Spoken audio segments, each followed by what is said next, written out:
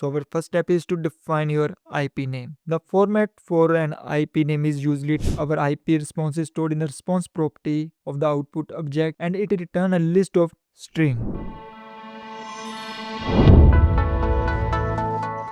Hello everyone, in this video we will see how to call IP from Apex in the OmniStudio Standard Designer. In the new OmniStudio Standard Designer, the traditional method used in the OmniStudio managed package such as using callable or implementing velocity open interface no longer works. To call an IP from Apex, you need to use Connect API, which is part of Salesforce implementation. It provides classes and inner classes that help interact with OmniStudio IP. Here we have a IP which is returning account details, and we will call this IP from our calling an IP from Apex generally involves about 80% common steps, and the remaining 20% varies based on your use case, such as different inputs or handling the response differently. An IP usually requires two things. One is the input, which means actual data you want to pass to the IP. Another is the options, which means additional configuration like debug, chainable, queuable, and in return it gives an output. So our first step is to define your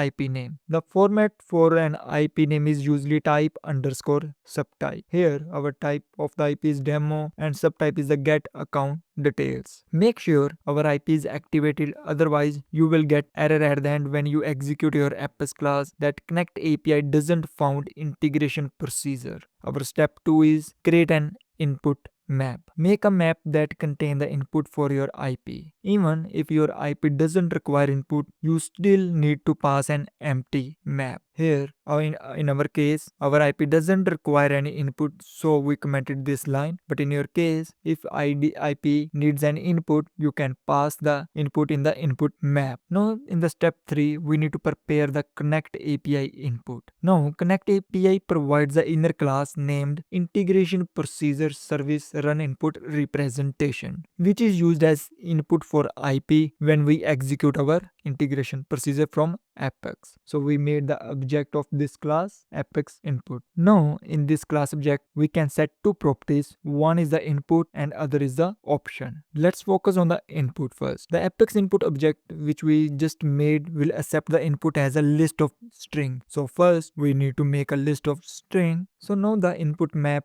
which we made earlier in step 2 will be serialized and it will come in string format serialized input map. Then we will add this serialized input map in the string list and assign this string list to the Apex input object. In the Apex input object we have input property in which we try to set our string list. Now let's move to the step 4, which is Connect API provide the inner classes for options like integration procedure service run option representation. In this options object we can set the properties like chainable, queuable, debug, etc. Here I'm trying to set isDebug as a false. And once you have added your IP options configuration, you need to pass this options object to our Connect API input object which we made in the step 3. Now this entire step 4 is optional. If you don't want to provide options like chainable, queuable, debug, etc., then skip step 4 entirely. Let's move to the step 5, which is our execution the integration procedure. Now we need to execute our IP. For this, Connect API provides the classes like Connect API, OmniStudio Designer Connect, integration procedure execute. So this method accepts two arguments. One is the IP name which we define at the top of our class, and another is our Apex input which we made in the step 3. It will return the output. So to hold that output, Connect API provide the classes like integration procedure service run output representation. Now handle the response. The response is returned as a list of JSON string. You usually take the first element and deserialize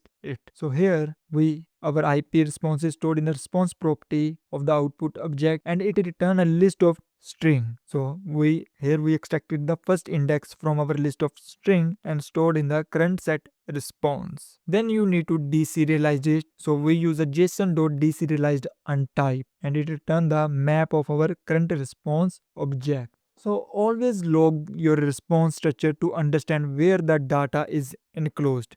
In the most cases, the final data is within the response key or our result key. So we're debugging here system.debug current response object, and after that we are extracting our response from our current response object, and we are debugging that also. So let's run that, open our execute anonymous window and executing our class and method. Execute highlighted. Here the logs open. Let's check the debug only, and you can see that it is returning the response. First is that we are printing our current response object. So here you can see that it is returning an error and a response. So in the second, we are extracting our response object data. So here you can see that it is returning our IP data accounts, and in the accounts it is a list of our accounts. You can see that. So that's all in this video. Like, subscribe and share. Thank you.